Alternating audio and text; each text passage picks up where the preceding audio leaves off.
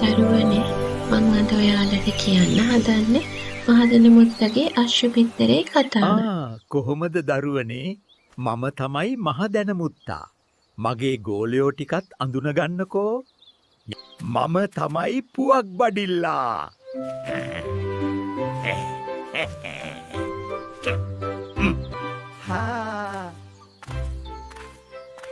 මම තමයි කෝටු කිතයියා. මම තමයි ඉදිකටු පැංචා.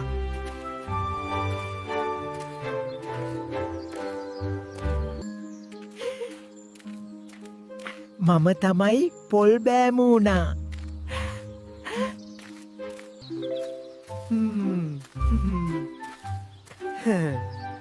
මම තමයි රබ්බඩ අයියා.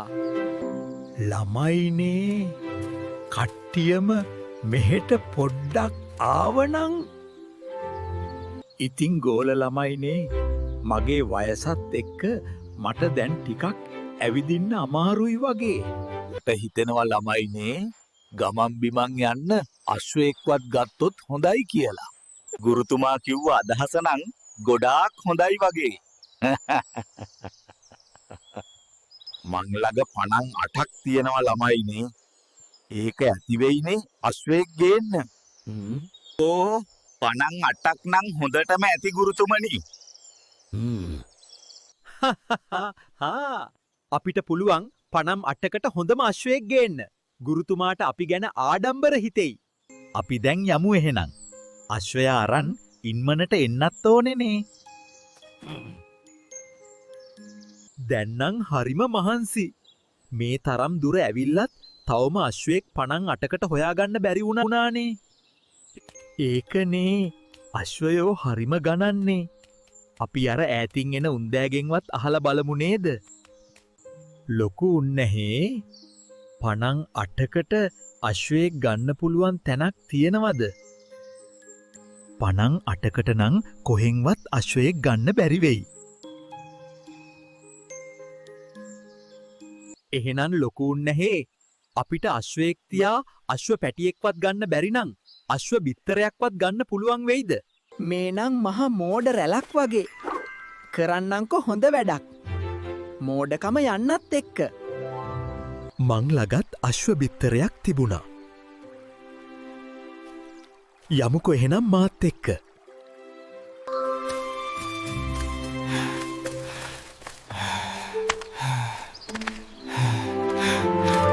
පොඩ්ඩක් මෙතන නතර වෙලා ඉන්නකෝ. මං ගිහින් අශ්ව බිත්තරේ අරගෙන එන්නම්.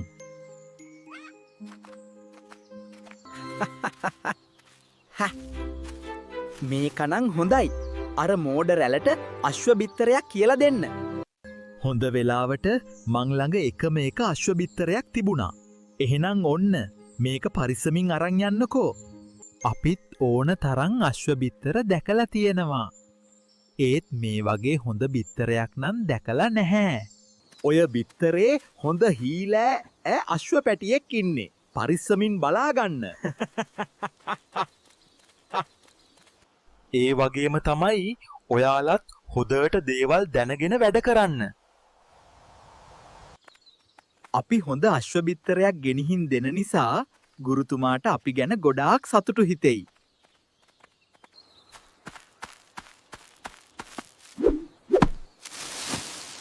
අයියෝ මං වැටුණෝ.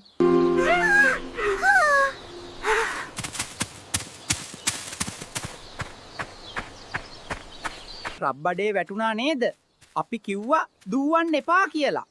බිත්තරේ කැඩිලා අශ්ව පැටියා පැනලා ගියා නේද? හොයමු. අපිට හොයාගන්න පුළුවන් වෙයි. අශ්ව පැටියා හොයාගන්න බැරි වුණානේ. අපි එහෙනම් යමු. ගිහින් අපි මේ විස්තරේ ගුරුතුමාට කියමුකෝ.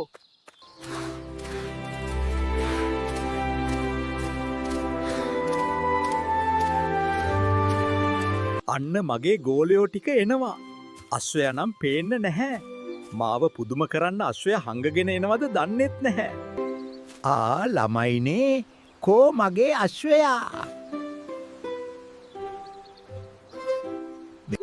අනේ පණන් අටට අශ්වයෙක් තියා අශ්ව පැටියෙක්වත් ගන්න බැහැ ගුරුතුමනි. හැබැයි අපිට අශ්ව බිත්තරයක් නම් ගන්න පුළුවන් වුණා. කෝ දැන් අශ්ව බිත්තරේ?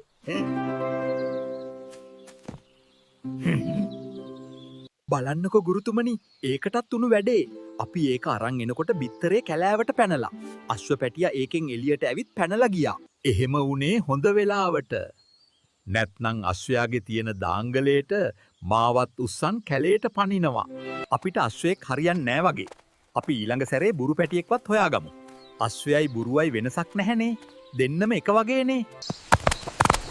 තින් පුංචි දුවේ පුතේ අපි මහජන මුත්තගේ තව කතාවකින් හම්බ වෙමු.